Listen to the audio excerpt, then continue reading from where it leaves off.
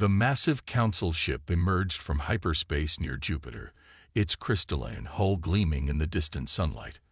On board, the Council representatives prepared for what they assumed would be a routine first contact with yet another primitive species. They had done this hundreds of times before. Admiral James and General Tom stood at Earth's Space Command headquarters, watching the alien vessels approach on their monitors. The massive ship was impressive, but not as overwhelming as the aliens probably intended it to be. Humanity had been preparing for this moment ever since they detected the alien signals decades ago. "They're hailing us," reported Officer Mark from his communication station. The large screen lit up with the image of the Council's primary speaker, a tall being with metallic skin who introduced himself simply as Smith. "People of Earth," Smith began, his universal translator converting his musical language into English, "we come offering you the protection and guidance of the Galactic Council. Your species has shown remarkable progress, and we wish to welcome you into our fold." The human leaders exchanged knowing looks. They had intercepted enough alien communications to understand what protection and guidance really meant. Subjugation dressed up in diplomatic niceties. Admiral James stepped forward. "We appreciate your offer, but Earth is doing quite well on its own. We would be interested in establishing equal diplomatic relations, however." Smith's metallic features shifted in what might have been surprise. "Perhaps you misunderstand. The Council's protection is not optional. All developing species require guidance to prevent them from becoming a danger to themselves and others." "We understand perfectly," General Tom replied. "And our answer remains the same. Earth will not accept protectorate status." The Council representatives huddled together, speaking in hushed tones. This had never happened before. Every species they had encountered had either gratefully accepted their offer or been too primitive to understand it. These humans were neither. Smith turned back to the screen. "We have detected your primitive fusion drives and basic particle weapons. Surely you realize resistance would be futile." Admiral James smiled. "Would you like a demonstration of just how primitive we are?" At his signal, Officer Mark pressed a button. Suddenly, thousands of previously cloaked satellites around Earth became visible. The Council ship's sensors also detected advanced antimatter power signatures and quantum-locked weapon systems that rivaled their own.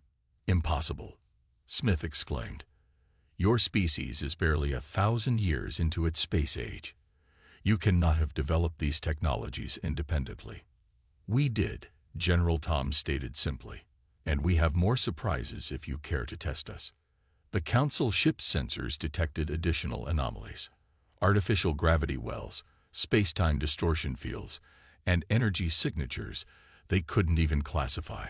The humans had not only matched some Council technology, but had developed novel applications the Council had never conceived of. Back on their ship, the Council representatives faced their first major crisis in centuries. Their entire system of galactic governance was based on technological superiority and the myth of their indispensable guidance. These humans had just shattered both pillars. "We will need to discuss this unprecedented situation with the full Council," Smith said stiffly. "We will return with a more suitable offer." "We'll be here," Admiral James replied cheerfully. "Feel free to come back when you're ready to talk as equals." As the Council ship retreated into hyperspace, celebrations broke out across Earth. Humanity had kept their true capabilities hidden for decades, knowing this day would come. They had turned their isolation into an advantage, developing technologies without the Council's restrictive guidelines and prejudices. General Tom turned to Admiral James. "Think they'll actually come back with a better offer?" "They'll have to," James replied. "We've just proved their entire system is built on a lie. Either they adapt, or they'll lose control of not just Earth, but every species they've subjugated. The real question is, how far will they go to maintain their power?" The answer would come sooner than anyone expected, and it would shake the foundations of galactic society forever. 2 months after the first contact debacle, the Council returned with what they believed was an irresistible offer. Their fleet of luxury trading vessels dropped out of hyperspace, loaded with the most advanced consumer goods the galaxy had to offer. "Surely they'll see reason now," said Trade Minister Robert, the Council's chief negotiator, as he prepared to beam down to Earth's International Trade Center in Geneva. His assistants carried cases filled with sample products that had seduced countless other species into compliance. The Earth's trade delegation, led by Director Kate of the Global Commerce Division, met them in a sleek conference room overlooking Lake Geneva. The Council representatives spread their technological marvels across the table with proud flourishes. "These neural entertainment devices are the height of leisure technology," Robert explained, holding up a shimmering headset. "And these personal transportation pods make traditional vehicles obsolete. We offer exclusive rights to these technologies in exchange for Earth joining the Council as a protected member." Director Kate picked up the neural device, examining it with polite interest. "Interesting design. Though I notice you're still using quantum crystal processors. We moved beyond those last year." Robert's confident smile faltered. "Impossible. The crystal matrix technology is the most advanced computing system in the galaxy." "Was the most advanced," corrected technical advisor Mike, pulling out a small cube from his pocket. "This runs on our new carbon quantum hybrid architecture. Here, let me show you." The demonstration that followed left the Council representatives in stunned silence. The human device was not only more powerful, but also more energy efficient and smaller than anything in the Council's arsenal. Within weeks, Earth began exporting their own versions of Council technology, improved, streamlined, and more affordable. Independent trading posts across the galaxy couldn't stock human products fast enough. Species that had been dependent on Council technology for centuries suddenly had alternatives. "This is unprecedented," shouted one Council member during an emergency session. "Their reverse engineering capabilities are beyond anything we've seen. They're not just copying our technology, they're improving it." The Council's economic advisors presented increasingly alarming reports. Human innovations were spreading through the galaxy like wildfire. Their trading monopoly, maintained for thousands of years, was crumbling. Back on Earth, the Global Innovation Center was working overtime. Teams of engineers and scientists, freed from the need to hide their capabilities, were pushing the boundaries of what was possible. "They thought they could buy us off," Director Kate remarked to Mike as they watched another shipment of Earth goods launch into space. "Instead, we're reshaping the galactic economy." The Council made one final desperate economic move. They threatened to blacklist any species that traded with Earth. The response came not from humans, but from the numerous species who had already tasted the benefits of human innovation. "We will not return to Council dependence," declared the representative of a mid-sized alien federation. "Human technology has given us independence. We choose free trade." More species joined the rebellion daily. The Council's economic stranglehold was slipping through their fingers like stardust. In their desperation, they began considering more dramatic measures. On Earth, Admiral James received the intelligence reports with grim satisfaction. "They're mobilizing their military assets," he informed the World Security Council. "Just as we predicted. When economics failed, they'll try force." "Are we ready?" asked General Tong. Admiral James pulled up a holographic display showing Earth's defensive preparations. "We've been ready for decades. Let them come." As the Council's military fleet began assembling at the edge of Earth's solar system, humanity's response was not fear, but anticipation. They had transformed an economic attack into an opportunity to reshape galactic trade. Now, they prepared to show the Council that their military might was equally outdated. The next phase of this interstellar chess game was about to begin, and Earth held pieces the Council didn't even know existed. The Council's peacekeeping fleet emerged from hyperspace at the edge of the solar system, an armada of 5,000 warships stretching across space like a metallic constellation. Their ships glittered with weaponry that had subjugated countless civilizations. On the bridge of the Council's flagship, Commander Gray watched Earth's distant sun with cold determination. "Send the message," he ordered. They have one standard rotation to surrender and accept our protection, or we will be forced to demonstrate our power.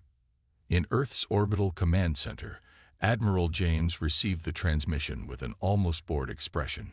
"Right on schedule," he muttered, then turned to his crew. "Initiate Defense Protocol Alpha. Let's show them what they're really dealing with." The Council fleet waited, expecting either immediate surrender or futile resistance. What they got instead defied their understanding of military science.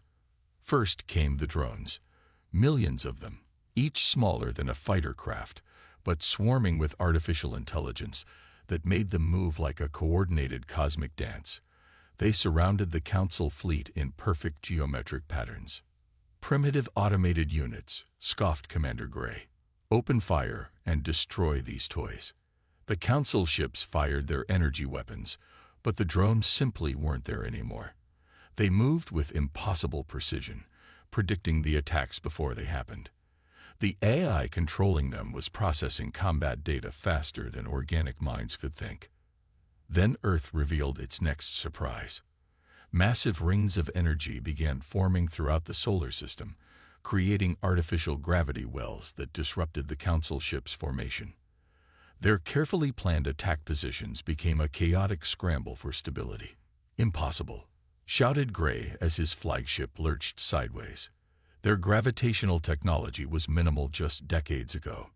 "That's not all we have," Admiral James transmitted across all frequencies. At his command, Earth's true defensive network activated. Quantum-locked satellites appeared around every planet and major moon, each carrying weapons that could pierce Council shields like paper. The human fleet emerged next, not the crude ships the Council expected, but vessels of elegant and deadly design. They utilized technologies the Council had never mastered: phase shift drives, dark energy weapons, and temporal shielding that made them nearly invulnerable.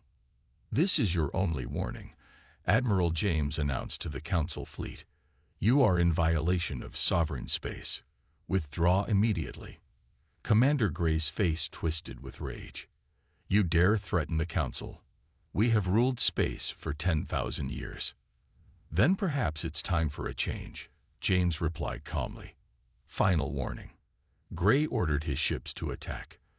The battle that followed would be remembered for centuries. The human drones struck first, their quantum weapons bypassing Council shields entirely. 20 capital ships were disabled in the first minute.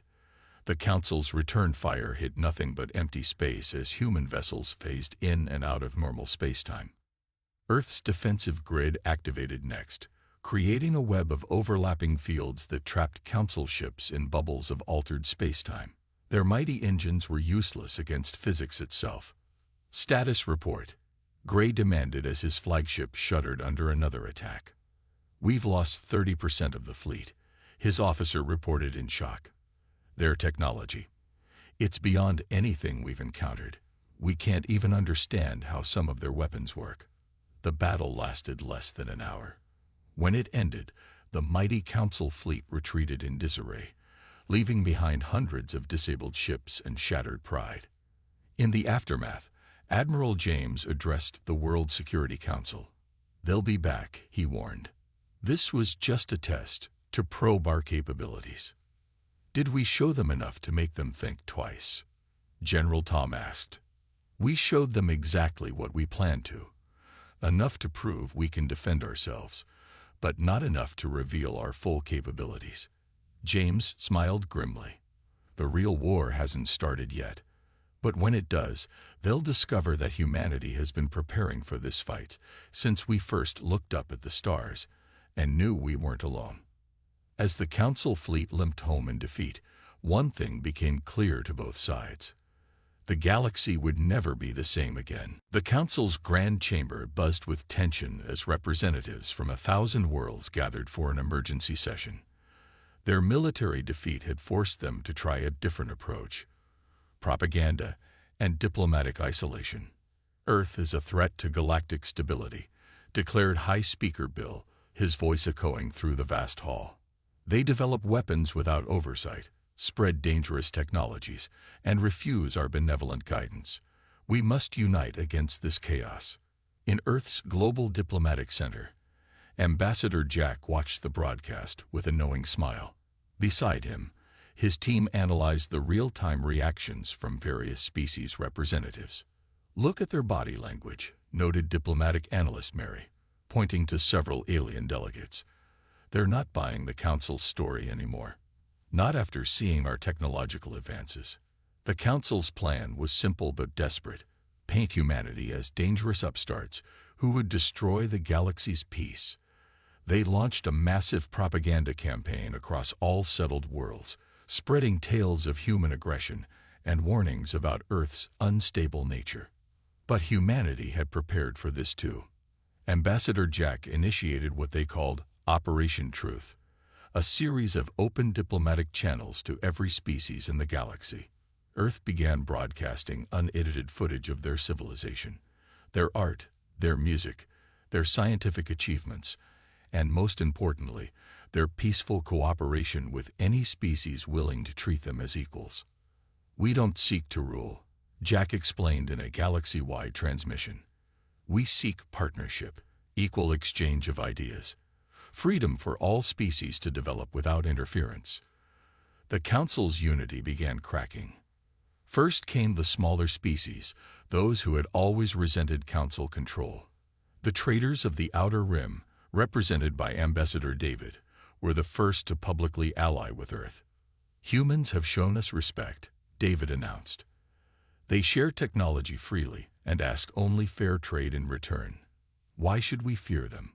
The Council's response was swift but clumsy. They threatened sanctions against any world that dealt with Earth. This only pushed more species toward human alliance. "They're making our point for us," Jack told his team as they watched another group of worlds declare independence from Council oversight. "Every threat they make shows exactly what we've been saying about their true nature." In a private Council session, panic was setting in. "We're losing control," exclaimed one senior member. "These humans, they're not just fighting us, they're dismantling our entire system of governance." "It's their diplomatic course," admitted another. "They understand each species individually, adapt their approach, show genuine respect. We've always treated everyone the same, as inferiors."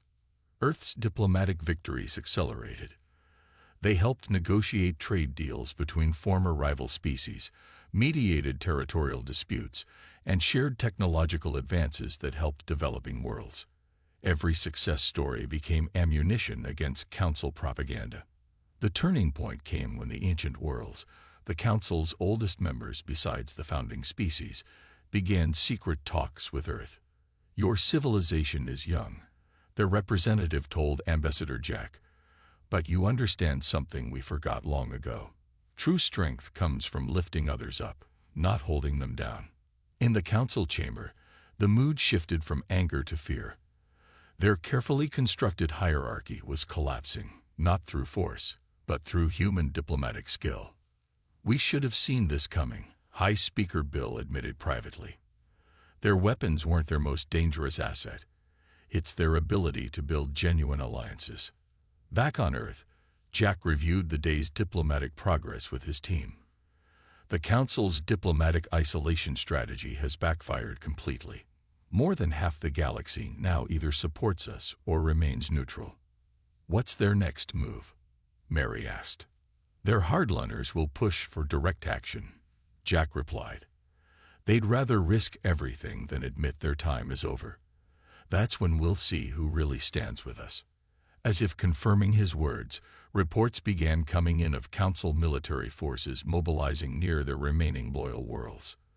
The diplomatic dance was ending, and the next phase would determine the fate of the galaxy. The greatest shock to the Council's authority came not from Earth's military might or diplomatic skill, but from something they had never considered a threat: human culture.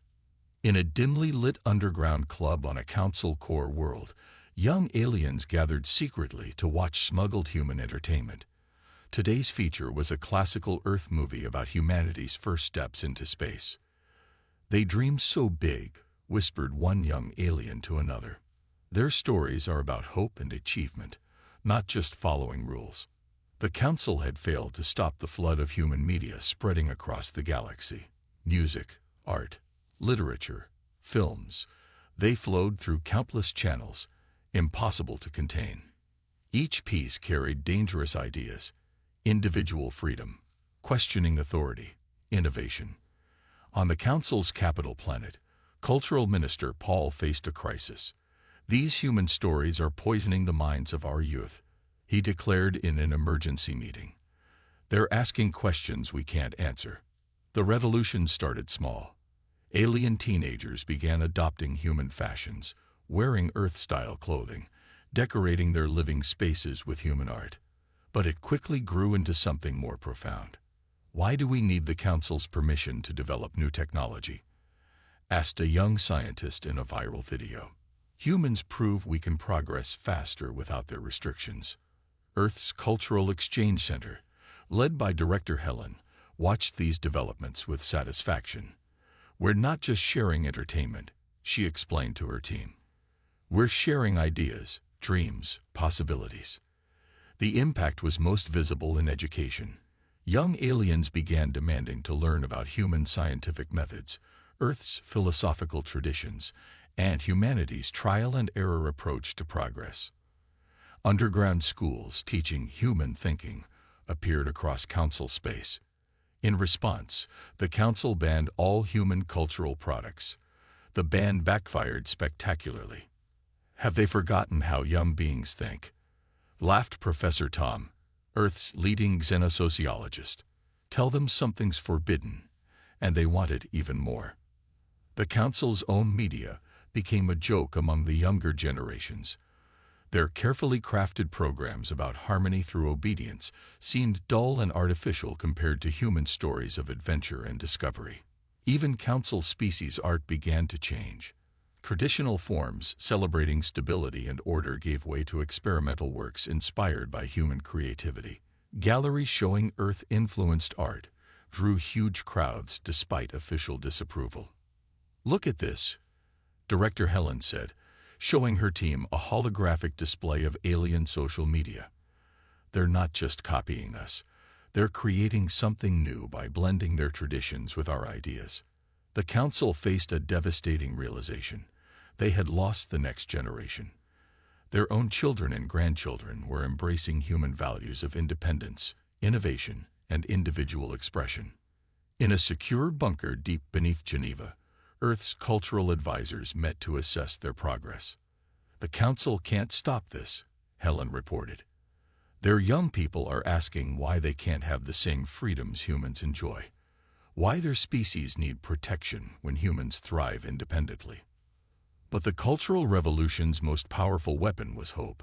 Human stories showed a future where different species worked together as equals, where progress wasn't controlled by a select few, where anyone could contribute to galactic civilization.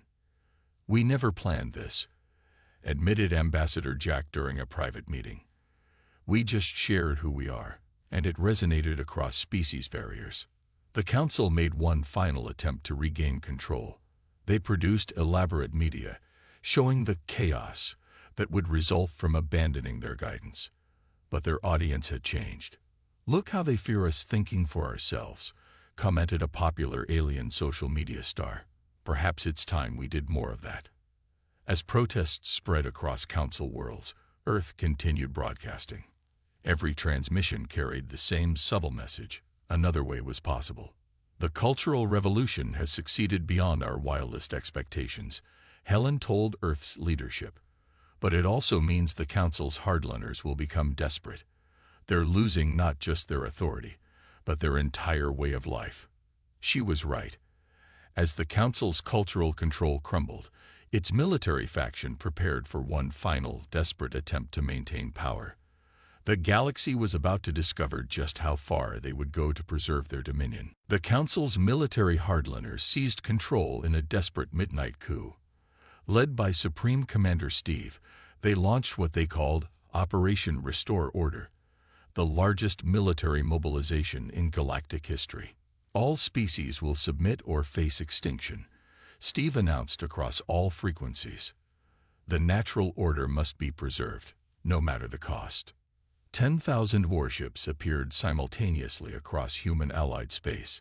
They targeted not just Earth, but every world that had embraced human independence. The hardliners believed this show of overwhelming force would terrify the galaxy back into submission. They were wrong. Earth's response was immediate and devastating. Hidden defense systems, far more advanced than those revealed in previous encounters, activated throughout Allied space. Quantum entanglement networks linked all friendly worlds into a single coordinated defense grid. They still think we showed them everything we had, Admiral James said, watching the tactical display in Earth's strategic command. Time to teach them their final lesson. The human counterattack began with something no one in the galaxy had ever seen. Time-shifted combat. Human ships appeared to be in multiple places simultaneously, striking Council vessels before they could even detect a threat. Impossible, Steve shouted as reports of massive losses flooded in. No species can manipulate temporal mechanics at this scale. But humans weren't fighting alone anymore. Their allies, equipped with shared Earth technology, joined the battle. Species the Council had dismissed as primitive now commanded forces that matched their former masters. The breaking point came at the Battle of Alpha Centauri. The Council committed their reserve fleet, expecting to crush the human defense forces. Instead, they encountered something unprecedented. "Show them what humanity can really do," ordered Admiral James. Earth unveiled its ultimate weapon, artificial quantum singularities that could be precisely controlled. The human fleet herded the Council armada into a carefully prepared trap, then activated the singularities. "Your ships are now isolated in separate time-space bubbles," James transmitted to the trapped Council fleet. "You can surrender or remain frozen between moments forever. Choose." Across the galaxy, Council forces faced similar situations. Their supposedly superior technology proved useless against human innovations they couldn't even understand. More importantly, their own subject species were turning against them. "We didn't just prepare our defenses," explained General Tom to the Allied species representatives. "We prepared to help everyone defend themselves." The Council's military structure began to crumble from within. Younger officers, influenced by human ideas, refused orders to fire on civilian targets. Entire battle groups defected to the human alliance. Steve watched in horror as his grand offensive collapsed in less than a day. "How?" he demanded. "How did they advance so far beyond us?" The answer came from an unexpected source, one of his own scientific advisors. "Because they never stopped questioning, never stopped trying new ideas. While we enforced stability, they embraced change." As the Council fleet surrendered piece by piece, Earth's true victory became clear. They hadn't just defeated the Council militarily. They had shattered the myth of Council superiority forever. In Earth's strategic command, Admiral James received the final surrender transmission from Steve himself. "Your victory is complete," the fallen commander admitted. "What happens now?" "Now," James replied. "Now we build something better. Together. As equals." The aftermath was swift. Council hardliners were arrested by their own people. Worlds that had lived under Council control for millennia declared independence. The galactic order of tens of thousands of years ended not with the apocalyptic bang the Council had threatened, but with the quiet revelation that their power had always been built on illusions. "We never wanted to rule," Admiral James told the gathering of allied species. "We just wanted to be free. And now, everyone else can be free too." The galaxy entered a new era. The Council's rigid hierarchy gave way to a coalition of independent worlds, each free to develop in their own way while sharing knowledge and resources. The breaking point had come and gone, and what broke wasn't civilization, but the chains that had held it back for so long. 1 year after the Council's fall, representatives from over 10,000 worlds gathered on Earth for the first Galactic Congress. The Grand Meeting Hall in New Geneva hummed with the voices of countless species, all equal for the first time in galactic history. Ambassador Jack stood at the podium, surveying the historic gathering. "We meet not as rulers and subjects, but as partners in civilization's greatest journey, he began. The age of forced guidance is over. The age of cooperation has begun. The new Galactic Alliance took shape around three core principles: technological freedom, cultural exchange, and mutual defense. Every species would develop at their own pace, sharing discoveries voluntarily, rather than having them controlled by a central authority. "It's beautiful," remarked Director Helen, watching alien children playing with human kids in the Congress building's garden. "They're not afraid of each other anymore." Earth became a hub of innovation, but not through control. The planet transformed into a vast learning center, where species from across the galaxy came to share knowledge and ideas. The old council's restricted technologies were finally freed for all to study and improve.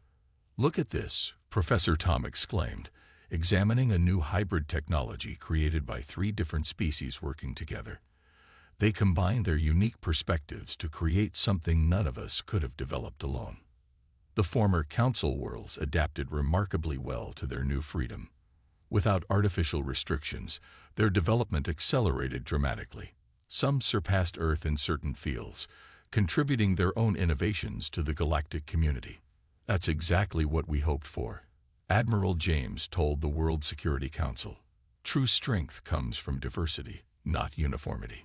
Trade flourished in ways the Council had never allowed. New trade routes connected previously isolated regions. Species that had once competed under Council rules now collaborated, creating interstellar markets that benefited everyone. The greatest change was in education. The new Galactic University Network linked learning centers across thousands of worlds. Students of all species studied together, sharing not just knowledge but perspectives. "This is how we prevent another council from rising," Ambassador Jack explained to a group of alien diplomats. "When everyone understands each other, no one can be turned against their neighbors through fear and propaganda." Some former council hardliners predicted chaos would consume the galaxy without their control. Instead, dispute resolution systems developed naturally. Species found they could solve problems through cooperation rather than force. "The Council's greatest lie," General Tom observed, "was that we needed them to maintain peace. Turns out, people are pretty good at getting along when you let them try." Earth's defense technology remained the most advanced, but they shared it responsibly with allied worlds. The new Galactic Defense Network ensured no single power could ever dominate others again. "We're guardians, not rulers," Admiral James told his officers. "Our job is to protect freedom, not control it." Art and culture exploded in creativity as species freely shared their traditions. New forms of music combining alien and human instruments became popular. Literature incorporating multiple species' perspectives topped galactic bestseller lists. "This is what we fought for," Director Helen said, attending a multi-species cultural festival. "Not just survival, but the chance to grow together." The former council archives were open to all, revealing millennia of suppressed knowledge. Historians from every species worked together to understand their true shared history. 1 year became 5, then 10. The galaxy transformed from a rigid hierarchy into a thriving network of independent but interconnected worlds. Earth's role evolved from revolutionary to partner, exactly as they had intended. In the Congress Hall, Ambassador Jack addressed the 10th anniversary gathering. "Look how far we've come," he said, "not through force or control, but through trust and cooperation. We've proven that freedom isn't chaos. It's the source of our greatest achievements."